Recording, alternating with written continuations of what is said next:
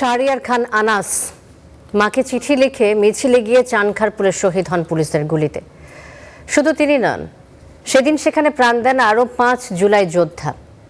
সে মামলার রায়ে সাবেক ডিএমপি কমিশনার হাবিবুর রহমান সহ 3 জনকে মৃত্যুদণ্ড ও বাকিদের নানা মেয়াদে সাজা দিয়েছে ট্রাইব্যুনাল।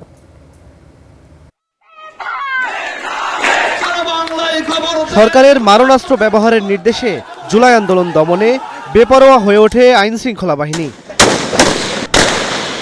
5 আগস্ট চানখারপুলে এভাবেই চালানো হয় গুলি। সেগুলিতে প্রাণ দেন শাহরিয়ার খান আনাস, শেখ মাহাদি হাসান জুনায়েদ, মোহাম্মদ ইয়াকুব, রাকিব হাওলাদার, ইসমামুল হক ও মানিক মিয়া শাহরি।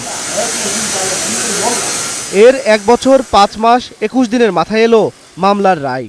এতে পলাতক 4 আসামি সাবেক ডিএমপি কমিশনার হাবিবুর রহমান ও তখনকার পুলিশ কর্মকর্তা সুদীপ কুমার চক্রবর্তী, শাহ আলম মোহাম্মদ আখতারুল ইসলামের হয়েছে মৃত্যুদণ্ড।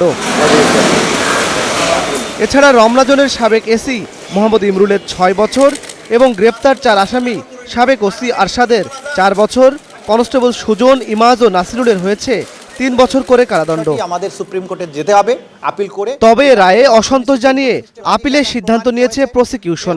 এই আসামিরা তারা প্রকাশ্যে গুলি করেছিল সেটা প্রমাণিত হয়েছে। এরপরে তাদেরকে যে সাজা দেওয়া হয়েছে আমরা মনে করি এটা ন্যায়সঙ্গত হয়নি। যদিও আদালতের আদেশ সকলের উপরে শিরোধার্য, আমাদেরকে মানতে হবে। যেহেতু একটা আপিলেট ফোরাম আছে সুপ্রিম কোর্টে, এটার বিরুদ্ধে, এই সাজার বিরুদ্ধে, কম সাজা যেটা দেওয়া হয়েছে সেই অংশটুকুর বিরুদ্ধে প্রসিকিউশনের পক্ষ থেকে আমরা আপিল করব। আমরা ন্যায় বিচার না পাওয়ার কথা বলছেন শহীদ পরিবারের সদস্যরাও। আর যারা নাই তাদেরকে মৃত্যুদণ্ড, যারা আছে তাদেরকে 3 বছরের সাজা। আমি এই সাজা আমাদের শহীদ পরিবারের সাথে বৈষম্য। একটা মাত্র ছেলে আমার এই ছেলের রায়টা আমি শুনে সন্তুষ্ট হই নাই।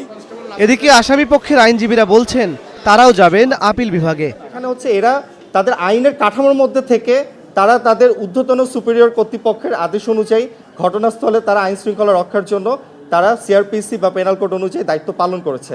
তাই এখানে আসামিদের যে সাজাগুলো প্রদান করেছে এখানে আমরা সংক্ষুব্ধ।